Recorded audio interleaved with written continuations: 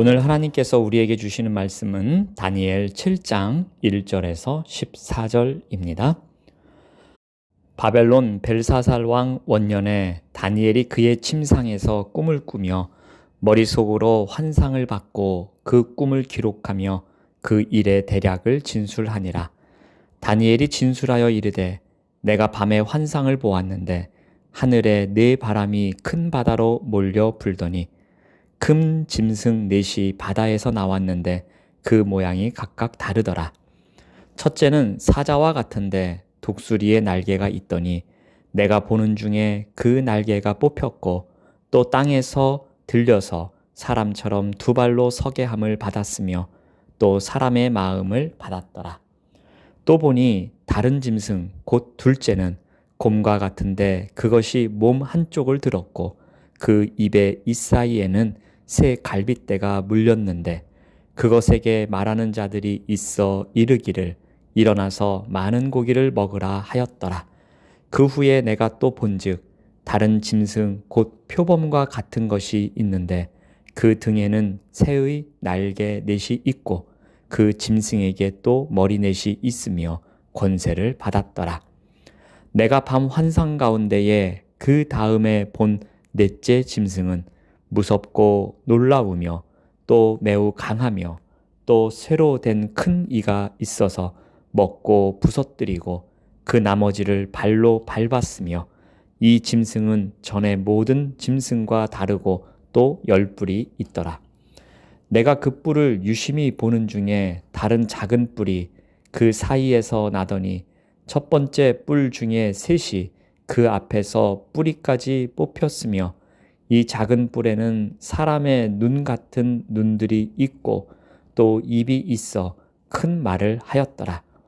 내가 보니 왕좌가 놓이고 옛적부터 항상 계신 이가 좌정하셨는데 그의 옷은 희기가 눈 같고 그의 머리털은 깨끗한 양의 털 같고 그의 보좌는 불꽃이요 그의 바퀴는 타오르는 불이며 불이 강처럼 흘러 그의 앞에서 나오며 그를 섬기는 자는 천천히요 그 앞에서 모셔 선 자는 만만이며 심판을 베푸는데 책들이 펴 놓였더라.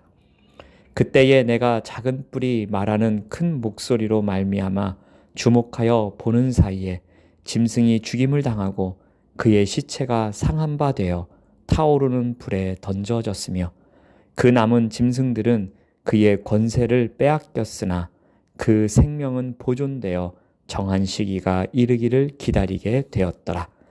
내가 또 밤 환상 중에 보니 인자 같은 이가 하늘 구름을 타고 와서 옛적부터 항상 계신 이에게 나아가 그 앞에 인도되매 그에게 권세와 영광과 나라를 주고 모든 백성과 나라들과 다른 언어를 말하는 모든 자들이 그를 섬기게 하였으니 그의 권세는 소멸되지 아니하는 영원한 권세요 그의 나라는 멸망하지 아니할 것이니라.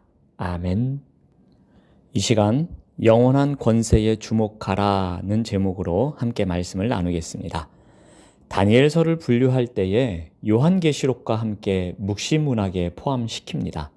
묵시란 말은 감추어져 있는 것을 드러내 보이다는 뜻입니다. 그래서 묵시문학은 감추어진 하나님의 뜻을 사람들에게 보여주기 위해서 상징, 은유, 환상 등의 표현으로 미래에 대한 소망과 종말에 도래할 하나님 나라에 대한 확신을 심어주는 양식입니다. 이러한 묵시문학은 주로 신구약 중간기부터 예루살렘 멸망 전후에 주로 집중되어 있었습니다. 왜냐하면 이 기간은 바벨론 포로기 직후부터 꾸준히 외세의 침탈로 고통당하던 시대였기 때문입니다.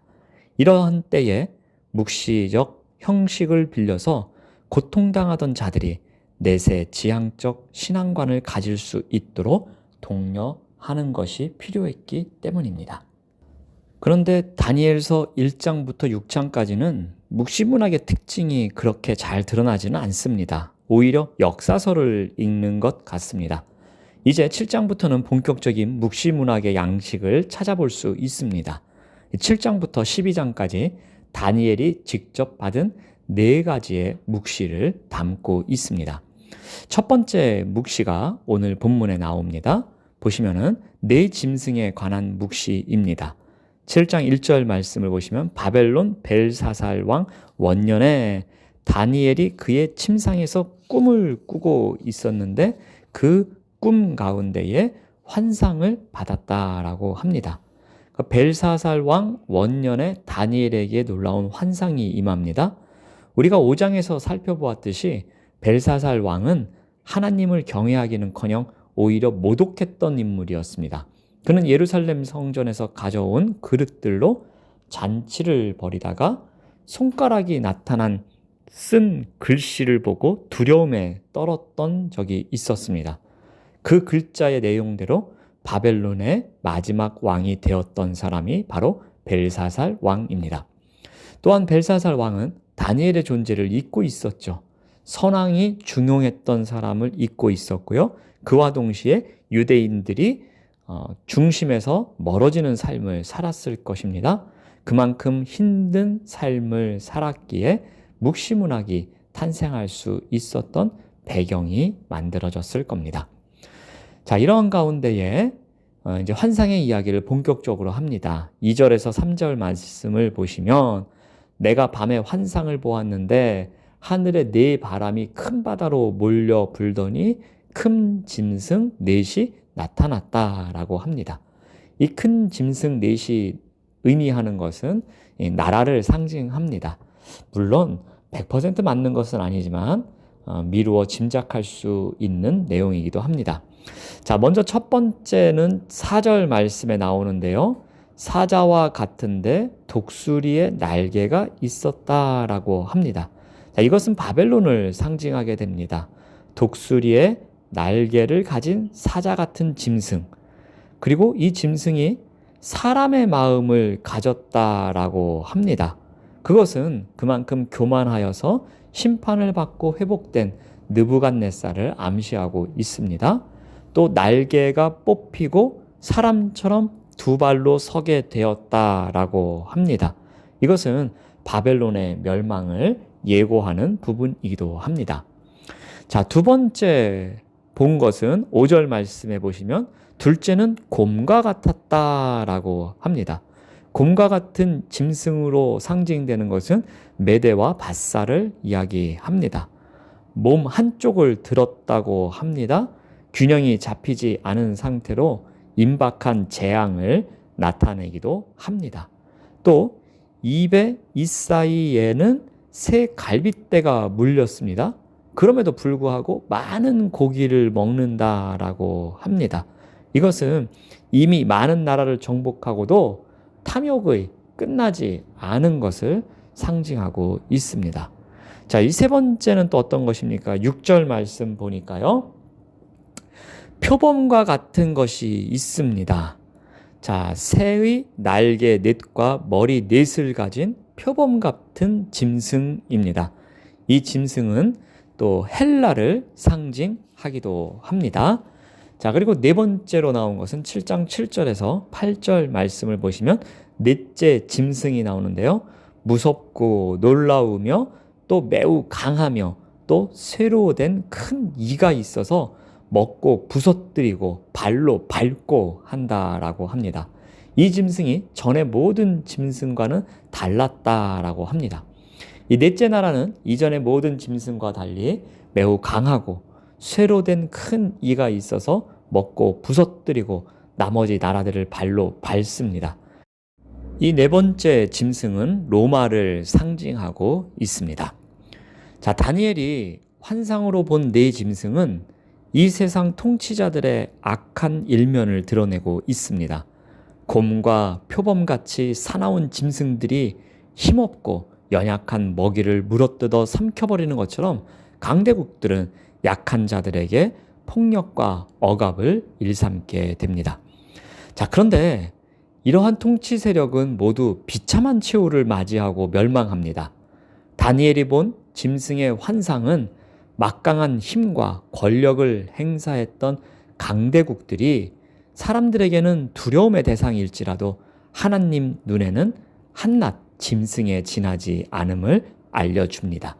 짐승들이 사냥꾼에게 사로잡히듯이 언젠가는 하나님이 정하신 때가 되면 세상의 모든 악한 자들이 멸망하여 그들이 쫓았던 가치와 방식도 하나님의 심판을 받게 될 것을 이야기합니다. 연이어서 다니엘은 법정 같은 곳을 보게 됩니다. 우리 7장 9절 말씀을 보시면 내가 보니 왕좌가 놓이고 옛적부터 항상 계신 이가 좌정하였다라고 합니다. 그의 옷은 희기가 눈 같고 그의 머리털은 깨끗한 양의 털 같고 그의 보좌는 불꽃이요 그의 바퀴는 타오르는 불이라고 합니다. 여기에 왕좌가 나옵니다. 이것은 하나님이 심판하시는 자리를 의미합니다. 그런데 이 왕좌가 복수로 쓰여 있습니다. 이것은 옛적부터 항상 계신 이와 인자 같은 이를 위한 자리로 보여집니다. 옛적부터 항상 계신 이는 하나님이 영원하신 분이라는 뜻이기도 합니다. 옷이 눈같이 희다는 말은 더할 나위 없이 정결하여 죄 없는 상태를 말합니다. 여호와 하나님의 거룩하심을 나타냅니다. 또한 보좌는 불꽃이요 바퀴는 타오르는 불이며 불이 강처럼 흘러나오는 것이라고 말하는데 이것은 하나님의 임재를 묘사하는 전형적인 표현입니다. 이제 하나님의 임재가 있은 이후에 심판이 따라오게 되겠죠. 그래서 10절 말씀을 보시면은 불이 강처럼 흘러 그의 앞에 나오며 그를 섬기는 자는 천천히요 그 앞에서 모셔 선 자는 만만이며 심판을 베푸는데 책들이 펴 놓였더라. 자, 그를 섬기는 자가 천천히라고 합니다. 그 앞에 모셔 선 자만 만만이라고 합니다. 그만큼 매우 많은 천사가 그를 보좌한다는 의미입니다. 이제 하나님은 그 불로 심판하실 것입니다. 심판의 기준이 되는 책들로 왕과 나라를 심판하십니다. 심판의 모습이 어떠한지 이제 그 다음에 기록되겠죠. 11절과 12절 말씀을 보시면은 그때에 내가 작은 뿔이 말하는 큰 목소리로 말미암아 주목하여 보는 사이에 짐승이 죽임을 당합니다. 그의 시체가 상한 바 되어 타오르는 불에 던져집니다. 그 남은 짐승들은 그의 권세를 빼앗기게 됩니다. 즉 짐승이 죽음을 당하고 타오르는 불에 던져지고 남은 짐승도 권세를 빼앗기는 심판을 받게 됩니다. 이제 다니엘은 두 번째 환상을 보게 됩니다.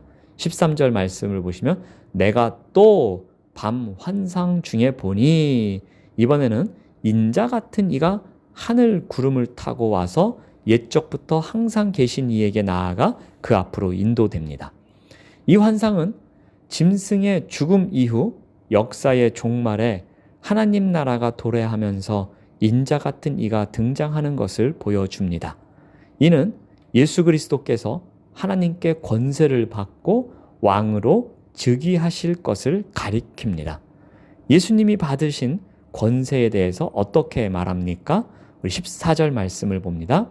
그에게 권세와 영광과 나라를 주고 모든 백성과 나라들과 다른 언어를 말하는 모든 자들이 그를 섬기게 하였으니 그의 권세는 소멸되지 아니하는 영원한 권세요 그의 나라는 멸망하지 아니할 것이니라. 자, 예수님이 받으신 권세는 영원한 권세입니다. 그리고 그 나라는 멸망하지 않을 것이라고 합니다. 그리스도의 권세는 영원하여 그가 통치하시는 나라는 견고하게 됩니다.